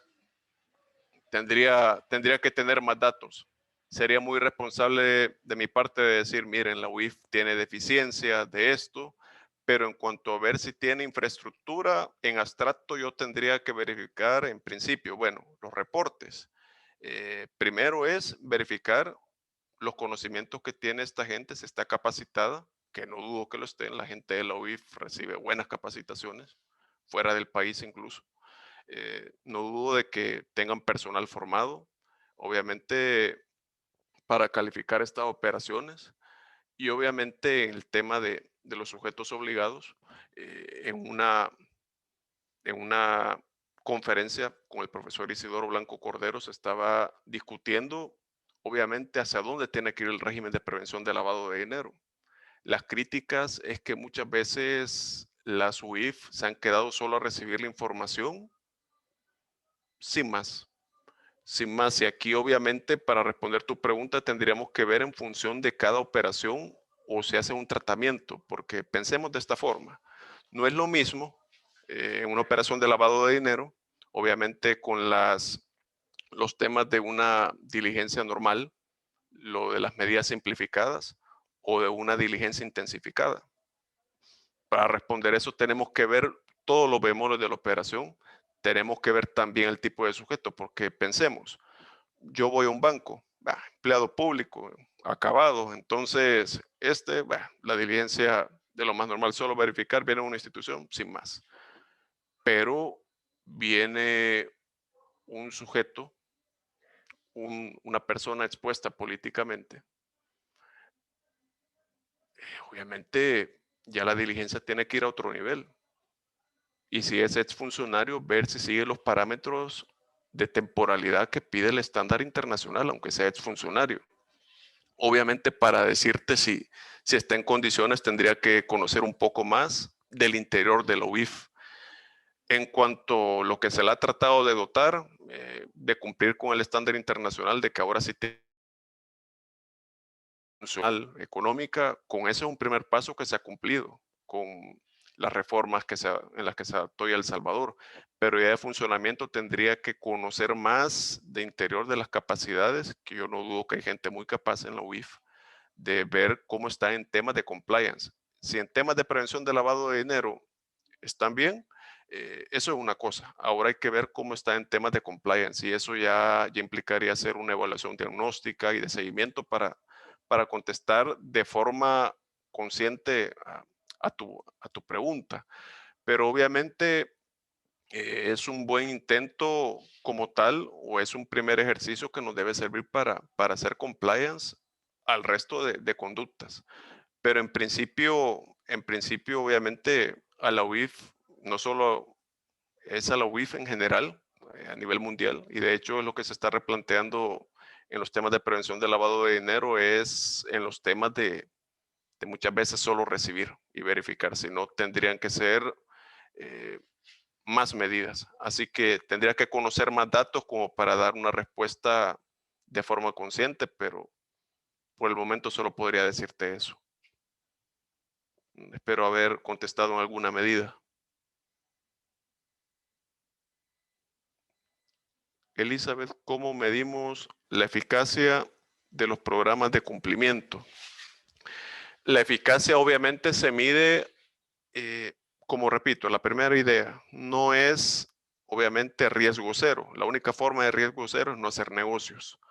Si tampoco si es de que si no respondes, si se comete un delito como persona física, vos como persona jurídica ya respondiste. No es esa la filosofía de estas instituciones. La eficacia se mide obviamente con el análisis de los presupuestos que establece el legislador. En el caso de El Salvador tendría que ser el artículo 8, porque pensemos, bueno, como en Chile, en el caso de Corpesca, que era un cohecho. Obviamente los gerentes de la empresa pagaron a unos diputados para que elaborara un proyecto de ley que favoreciera una empresa.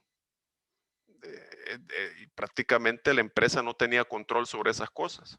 Por la falta de control en una actividad en sí que tenía bastante riesgo en los casos de corrupción, es que y tenía un programa que en el papel era un lujo, hasta certificado por Deloitte, una de las mejores certificadoras del mundo.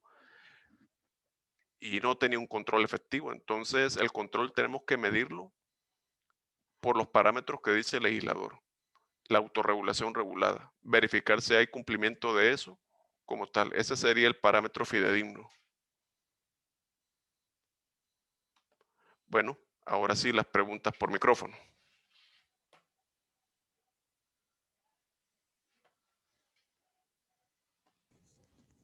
Bueno, tienen la palabra, pueden hacerlo sin cámara, como se sientan cómodos. Hola, buenos días. Buenos días. Hola, Lenny. Hola. Tú estabas hablando, bueno, mencionaste algo sobre la responsabilidad administrativa que tenía Alemania. ¿Nos puedes explicar un poquito más para tener un poquito más claro este tema?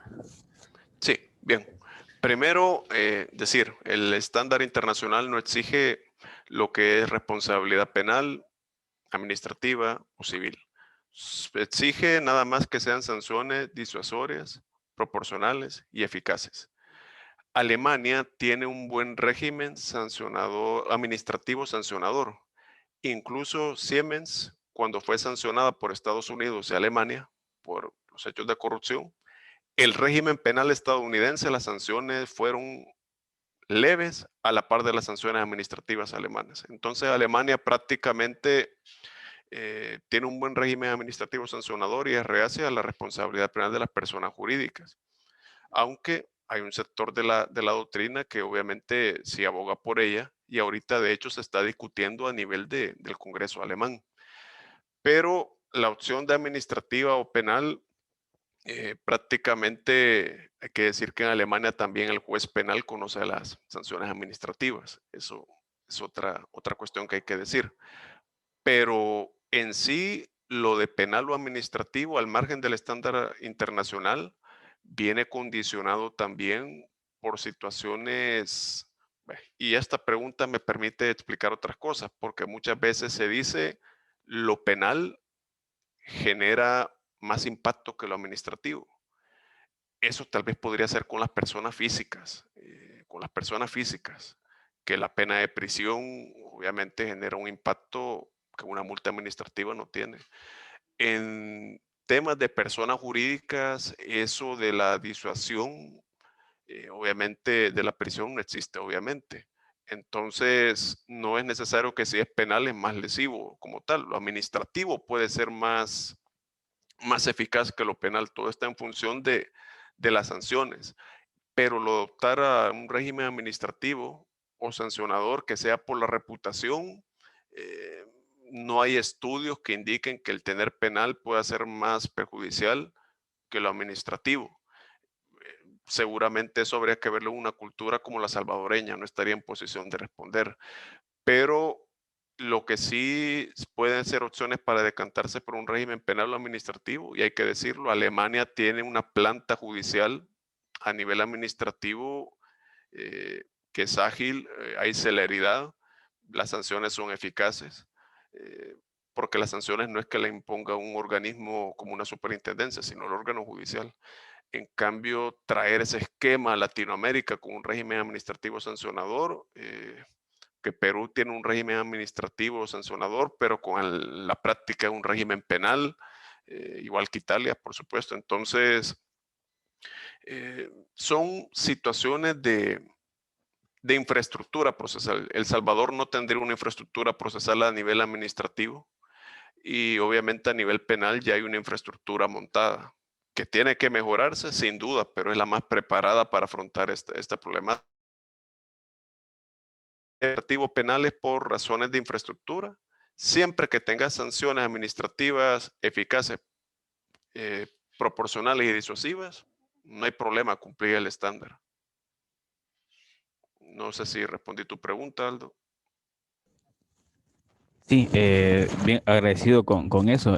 Mi pregunta iba en ese sentido porque en efecto yo he visto en algunos casos que le temen más, por ejemplo, a las multas. Las empresas les temen un poco más a las multas que se les imponen porque pueden exceder lo que tienen presupuestado, eh, que cualquier otro tipo de sanciones. Entonces, eso. Y también escuché que hablaba sobre Deloitte, que es una firma de auditores, que sin embargo también esta se ha visto, o más bien opera de una manera un poco para que sus clientes traten de alguna manera de evadir algunos de los controles, eh, más que todo para cometer algún delito quizá de lavado de dinero,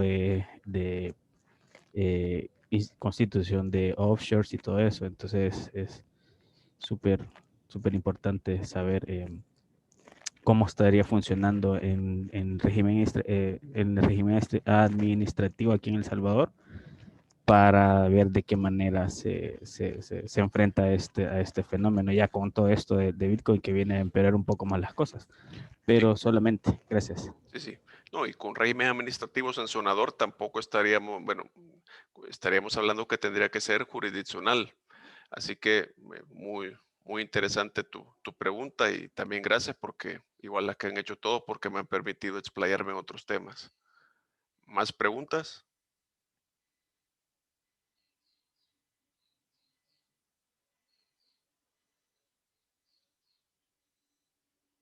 Bueno, entonces obviamente quizás solo como conclusiones, decir que el compliance no es un fenómeno asociado al derecho penal, con el tiempo han adquirido la relación como tal. Específicamente los primeros atisbos de compliance en penal, ya con incidencia se acaba a partir de 1991 con las guidelines, y obviamente con el tiempo se le ha asociado más al tema de la responsabilidad penal de las personas jurídicas. Puede tener diferentes connotaciones como un incentivo positivo o negativo a nivel procesal, a nivel sustantivo, incluso a nivel administrativo como para contratar con el Estado. Argentina tiene eso. Pide a las empresas un compliance anticorrupción para poder ofertar como tal ante el Estado. Y obviamente a nivel sustantivo, el compliance es un incentivo como excluyente de responsabilidad o como una causa de atipicidad. Y a nivel procesal te permite negociar salidas alternas. Esto específicamente en Estados Unidos. Y decir que esto en El Salvador a la fecha solo funciona como práctica de buen gobierno corporativo y de forma sectorial en ámbitos de lavado de dinero y las empresas que hacen negocios en la bolsa inglesa y estadounidense en temas anticorrupción. Y bueno, en el tema penal, ahorita ustedes lo podrían utilizar en una defensa corporativa, en temas de responsabilidad individual, en temas de asesoría de los sujetos obligados de lavado de dinero también. y por supuesto la expectativa de lo que ocurra con el tema de la responsabilidad penal de las personas jurídicas. Esto obviamente es algo así como provisorio. Así que espero que se haya entendido y agradecido con su atención y también con la Organización de Derecho y Negocio. Muchas gracias. Muchas gracias, estimado. Sin lugar a dudas, ha sido un tema que da para hablar por horas, por horas, Sí, únicamente sobre ese aspecto penal, si se puede decir así, del compliance. Así que esperamos que haya sido de utilidad para todos los participantes. Hacemos la atenta invitación a acompañarnos el día de mañana, donde contaremos con Michelle de Solórzano con el tema del gobierno corporativo y su relación con el compliance. Todo esto enmarcado en la celebración de la Semana del Compliance. Tengan una muy buena mañana. muchas gracias. Adiós.